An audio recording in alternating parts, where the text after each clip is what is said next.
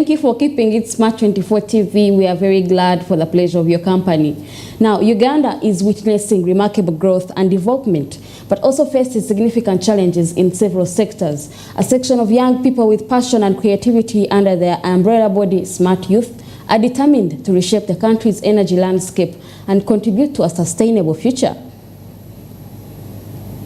According to United Nations Development Programme, Uganda's population is predominantly young, with over 78% of population under age of 30. International Finance Corporation reports that it has abundant renewable energy resources with potential to generate over 5,000 megawatts from hydro, solar and wind sources. While these contribute to economic growth, they also have significant environmental implications. When you see we have NEMA as a government bodies, but currently, we are still basing on mostly on wood fuel, charcoal, and so on. You know, energy is the economic activity that has the greatest impact on the environment. It's the only economic activity that affects the environment directly. So it's the only sector that should be handled very well. Of the whole development of climate and green life. It shows you that there are certain repercussions towards energy, towards the whole energy development. Because yes, we know that we cannot do away without development if we are not looking at energy, but then we also need to look at the 50-50 scale. In that book of one major concern is environmental degradation caused by hydroelectric power projects. While they are a renewable energy source, construction of dams can disrupt ecosystems, leading to habitat loss and displacement of local communities. Furthermore, burning of biomass for energy contributes to deforestation and air pollution, exacerbating climate change. It's also unfortunate young generation is not well conversed with the sector, hence a challenge to the economy. Many people know that today there is a summit here talking about sustainable energy, talking about the university dialogue, but count how many students we have in Uganda.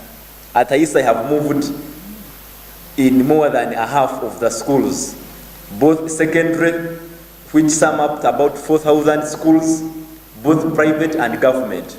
Institutions of higher learning, universities, summing up to 151 institutions of higher learning. But how many people are here today? So I think I'm of the view that people they have no willingness to take up new things. Most promising avenues for young Ugandans is entrepreneurship in the energy sector. By harnessing renewable energy sources such as solar, these young entrepreneurs can make a substantial impact while creating economic opportunities. Additionally, government investing in renewable energy technologies can also create employment opportunities and foster economic growth. Also, when we ask about young people and innovation, it is very important for us as young people to hold our governments accountable. Because when we talk about the SDGs, the Agenda 2030, the Agenda 2030 is one that binds each one of us. The United Nations is nothing without each one of us. That's why you can describe a country in many terms. You can call it a country, geographical location. You can call it a state, the governing body. You can call it a nation. A nation is ideally the people, the cultures. Are we together? Embracing entrepreneurship, accessing finance, and investing in education of the sector, Ugandan youths can drive sustainable development while creating a better future for themselves and generations to come. Bronya Katsime, Smart 24 TV, Business Today. Now, following the release of the expired courses list and also giving us a private sector perspective, Mary Nachiganda sits down with an education guru to share his thoughts and opinion about the way forward and how Ugandans should view this whole concept of expired program. To give us this, Mary Nachiganda takes this away, and let's have you. Thank you very much for sticking around up until this point of Business Today. Tonight we are going to have a conversation about something that is getting many of us worried. A list is going around social media, the traditional medias, containing courses and programs that are rendered expired. So this is where we bring you an expert to tell us, highlight to us what exactly is going on.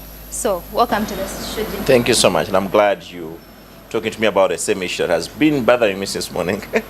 Yeah. So we are seeing this list going around. Yeah. In your opinion, how true or false is this? I've seen the list that has been going on, and practically for me, this list does not add up.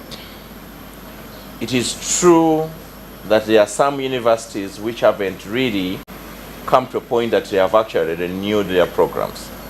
When you submit a program to National Council for Higher Education, every 5 years, that course must be renewed.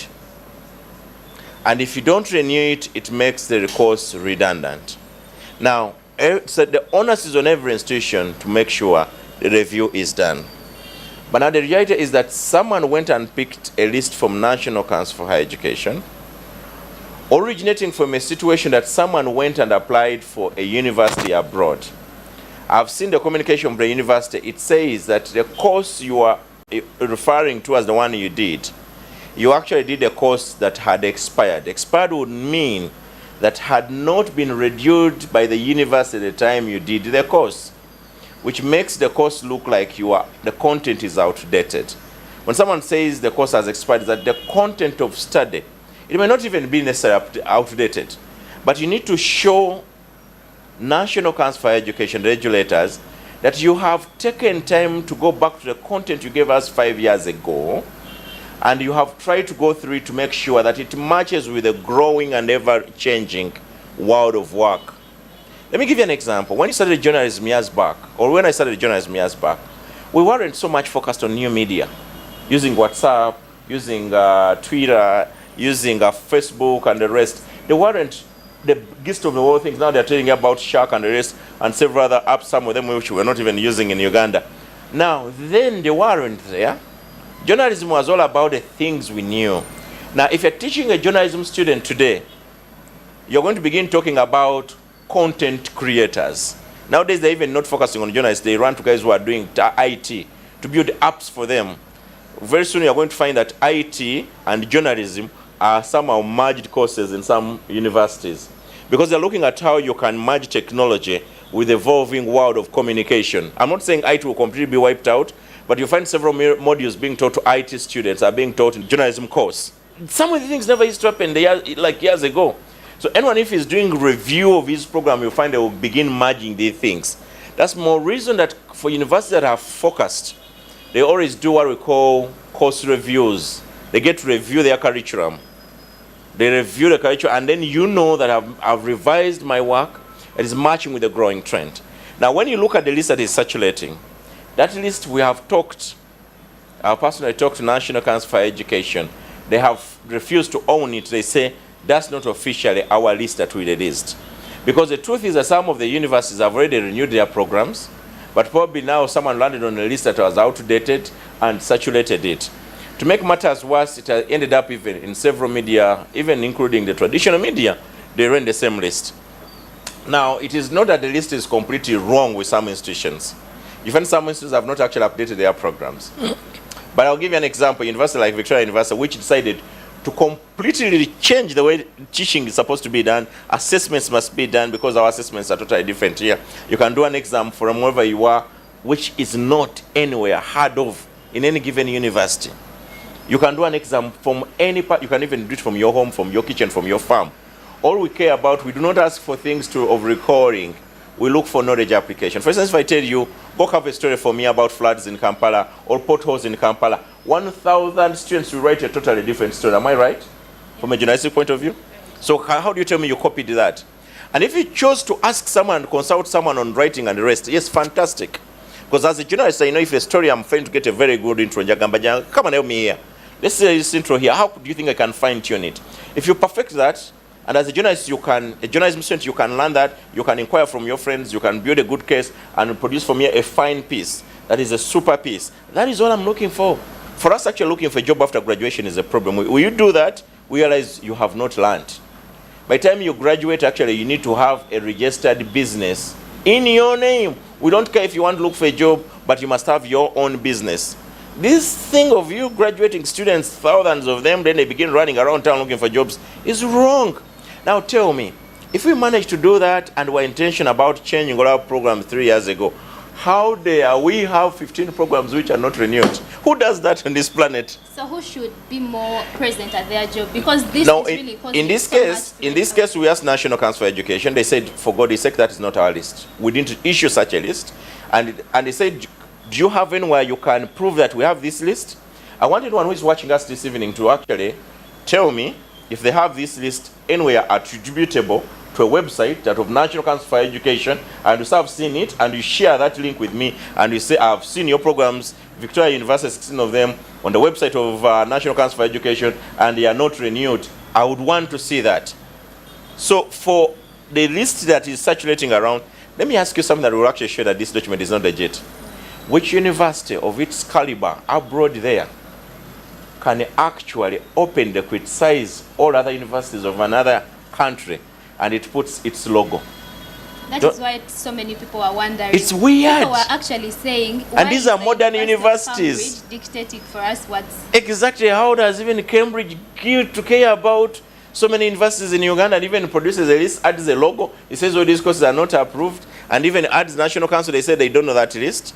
Now, that's when you realize that the list, whoever tried to concoct this, wanted to pick the authenticity of the Cambridge University. Cambridge University, you run a Google search, and it's the kind of name they've created over time. They don't have time for that kind of craziness of fighting wars with another country. All they will do, it will be a communication between you, the applicant, and probably the National Council for Education, or your mother institution where you're coming from. There is no way they can open a battle where they get to choose every other institution they know in a neighboring country that their programs are not accredited. And National Council says, I don't know those lists. I disown them, they're not part of what I know. Okay. I don't think anyone has done an interview that says that list actually you saw is our list, and we confirm. That's why we issued a statement saying, we have all our lists, and I'm going to give you a copy of all our programs. Anyone else wants to see them can see you, and I'm actually going to post them on our social media accounts. And anyone wants them, just drop me a WhatsApp or just go to our social media accounts. Or even go to our website, you'll find the entire list and all the documents from National Council for Education that count for every program you see in this university, and a document from National Council for Education so showing even when they actually received the reviews and when they got back to us. If I studied journalism at that time and the content they used to teach me was not updated, that's where the problem comes from. So if you studied any program in any institution and the institution chose not to renew that program, some of them do that for a number of reasons. At times, it is not marketable enough. There are few students attending the program. At times, it is very costly to teach such a program because you might find there are only 3-4 students interested in such a program, and there are not so many students, and they need space to teach other programs where the population is high. That's the reason they could have abandoned such a program. That does not mean that the content they gave you was fake, because National Council, through regulators and the people, the assessors of all the programs that go to them, had already cleared it to be taught.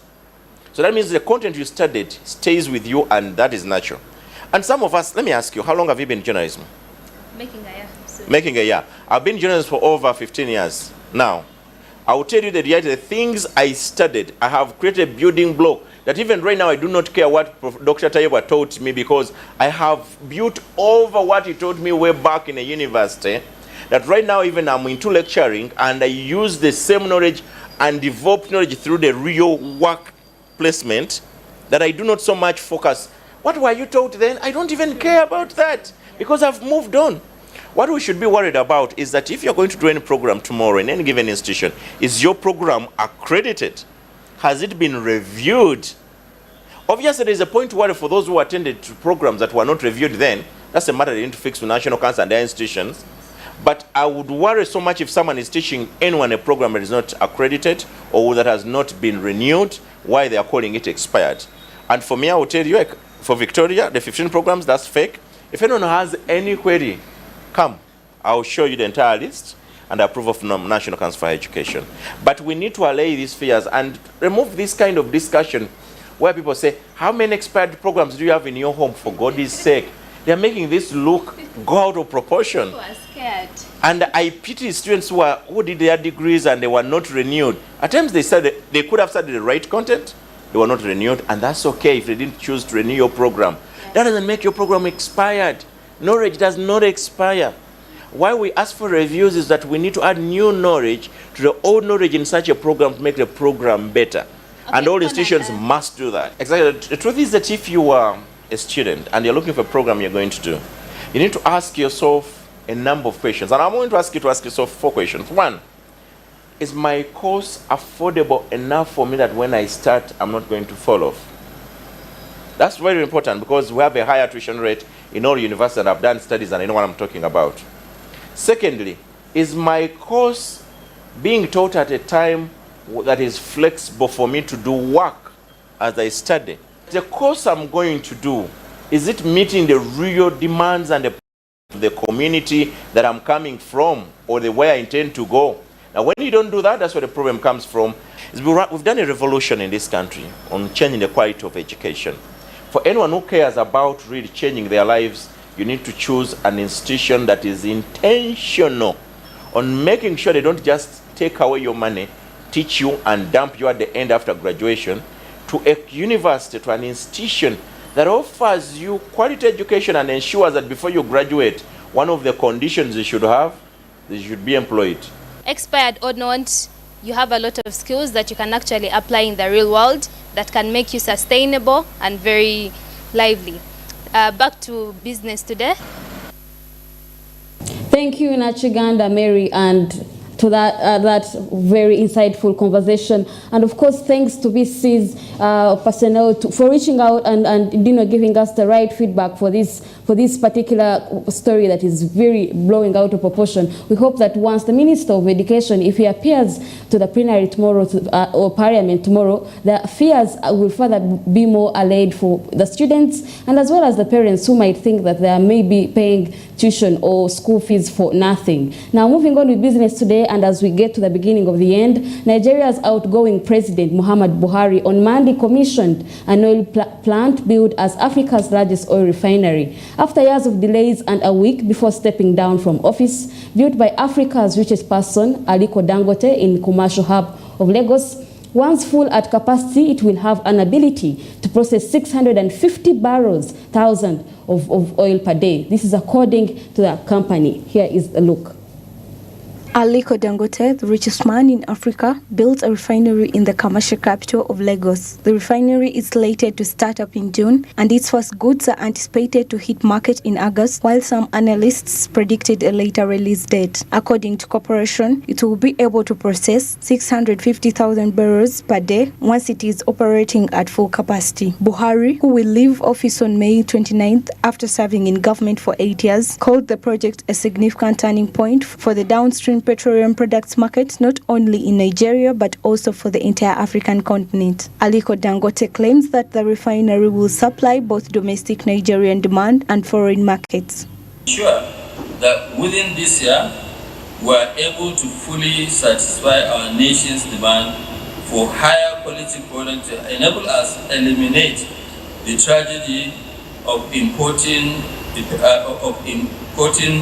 dependency and stop, of import dependency and stop once and for all the dumping in our market of toxic substandard petroleum products. Since state-run refineries have not been able to keep up with local demand, most populous country in Africa and one of the biggest producers of petroleum has relied on imports. Nigeria exchanges oil-worthy billions of dollars for gasoline, which later subsidizes for domestic market. It has resulted in a significant drain on foreign exchange at a time when oil revenues are declining due to the coronavirus outbreak and the Russia-Ukraine conflict. The new plant, which is situated on 6,500 acres of land in the Lekki Free Zone, was initially expected to cost $9 billion, but the corporation reports that $18.5 billion have been spent to finish it. A $2 billion fertilizer facility with a 3 million ton annual capacity is also part of the vast complex. Through this initiative, more than 100,000 direct and indirect employments are anticipated to be produced.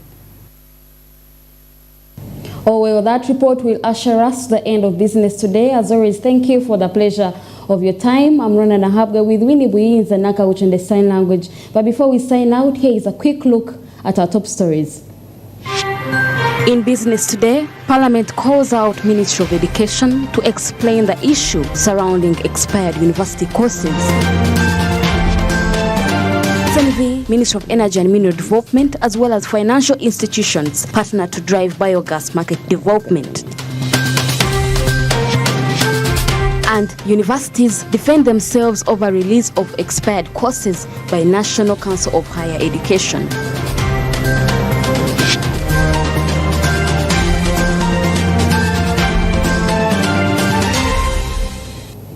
Thank you once again for having joined us tonight, as well, and for joining us tomorrow as well. If you missed any of these stories, you could watch on our YouTube channel at Smart24 TV Live, or follow our social media platforms, Smart24 TV Live, to be up to speed with the business news within the region. Good evening.